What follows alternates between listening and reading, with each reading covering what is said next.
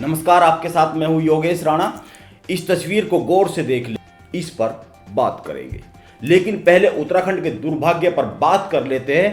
प्रदेश की सत्ता में बीजेपी तीसरी बार कुर्सी पर बैठी है। जब अटल बिहारी वाजपेयी प्रधानमंत्री थे तो 2000 में उत्तराखंड को उत्तर प्रदेश से काटकर अलग प्रदेश बनाया गया।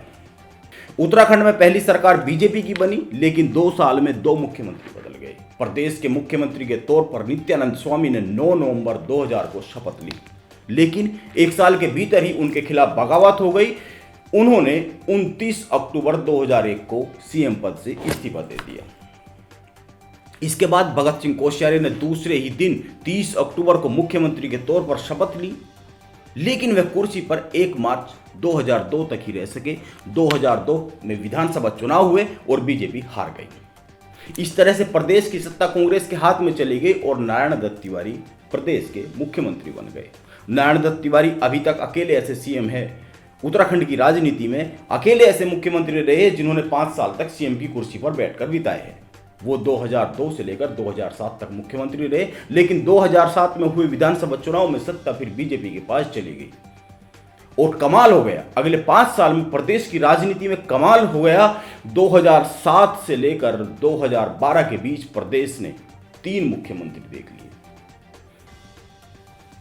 बीजेपी ने 3 बार मुख्यमंत्री बदल दिया। 8 मार्च 2007 को भुवन चंद्र खंडूरी को सीएम बनाया। इसके बाद 2009 में 24 जून को रमेश पोखरियाल निशंक को कमान सौंप दी गई। इसके बाद 2011 में 10 सितंबर को निशंक को हटाकर खंडूरी को दोबारा सीएम बना दिया गया। इतना सब करने के बाद भी बीजेपी हार गई और सत्ता कांग्रेस के पास चली गई।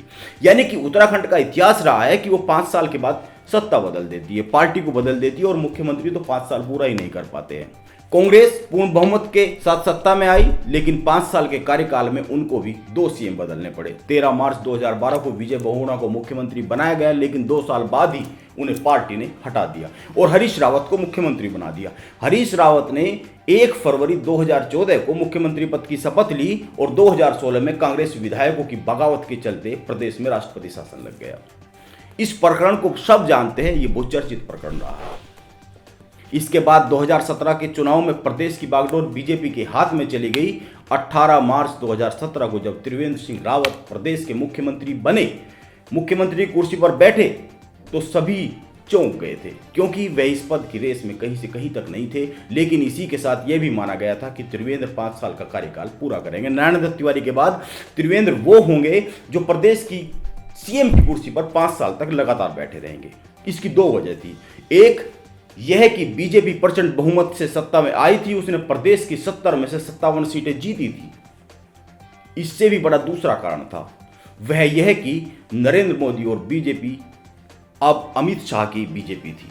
बीजेपी नरेंद्र मोदी और अमित शाह की बीजेपी थी, जहां पर बगावत की कोई गुंजाइश नहीं होती है। यहां पर शीर्ष नेतृत्व फैसला ही आखिरी फैसला माना जाता है। लेकिन अब हालात ऐसे नहीं रहे। प्रदेश में बदलाव की घंटी बज चुकी है। राजनीति हमेशा चौंकाती है।